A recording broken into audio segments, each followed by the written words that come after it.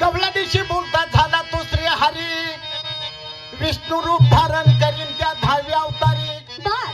मैरवनाथाची श्री तिच्या हात ठेवला श्री, म्हणून द्वापार युगी जन्म झाला माझा त्या कौस मामाच्या घरी. संध्याकाळी करायचा दह्या दुधाची चोरी गवळ्याच्या घरी, आणि सकाळच्या पारी उठून सासू सुनाची लागायची मारामारी. एकमेकीची धरायच्या छिपरी, आणि मी हसत उभा राहायचा रस्त्यावरी. मावशी कशी खोड आहे अंगात, बघितलं का? खोड केली बी नाही ना. राई रुक्मिणी सत्यभामा इत्यादीच्या मंदिरी, आणि माझ्या पुढे कुणाची चालायची नाही बळजबरी. माझ्या हुकमात का तुम्ही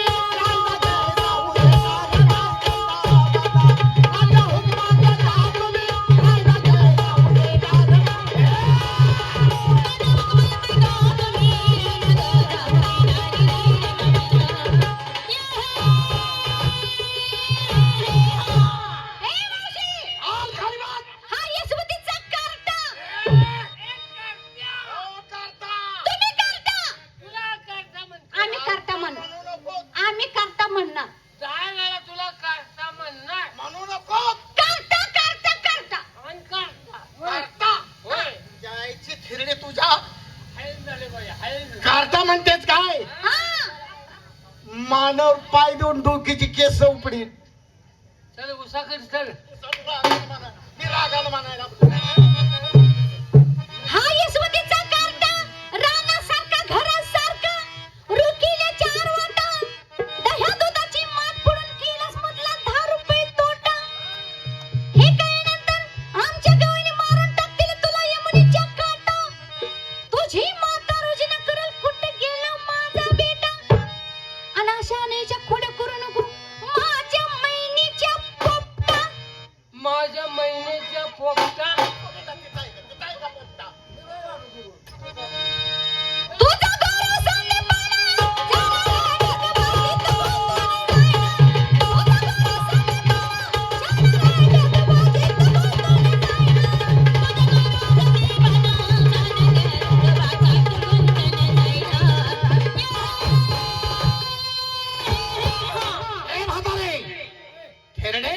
माझ्या गुरुचं नाव घेतेच काय? काय माझ्या गुरुचं नाव घेऊ नको. आला तुझा हाडाने तुझा गुरु इसाडाने. माझा गुरु कोण आहे हे तुला माहित आहे? तुझा गुरु कोण?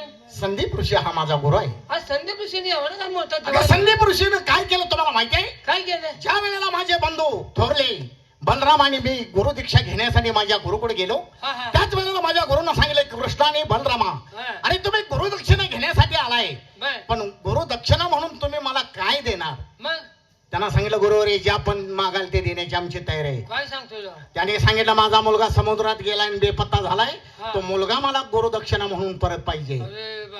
आणि मग मी गेलो समुद्राजवळ, तर समुद्र मला बघून थरथर कापू लागला. अरे म्हणला सर्व जगाचा करता भगवंत माझ्याकडे का आलाय? अरे बापरे, एवढा मोठा समुद्राला बघून थरथर कापायला? त्याला मी सांगितलं संदीप ऋषीचा मुलगा या समुद्रामध्ये बेपत्ता झालाय, तो मला पाहिजे. त्यानं सांगितलं तो मुलगा आमच्यापासून यमानं स्वर्गात नेलाय. काय सांगतो?